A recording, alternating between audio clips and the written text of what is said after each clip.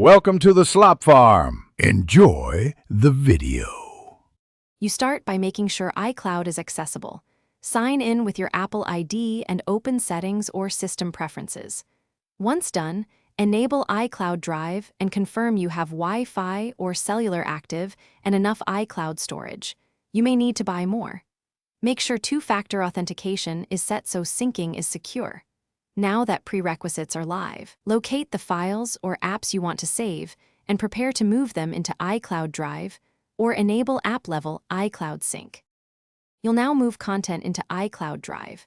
Open the Files app on iPhone/iPad or Finder on Mac and navigate to iCloud Drive.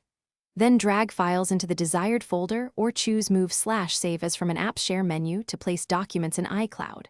For apps like Notes, Pages, or Photos, enable their iCloud Sync so new items save automatically. Make sure uploads complete by checking sync status icons. If a file is large, allow extra time on slower connections.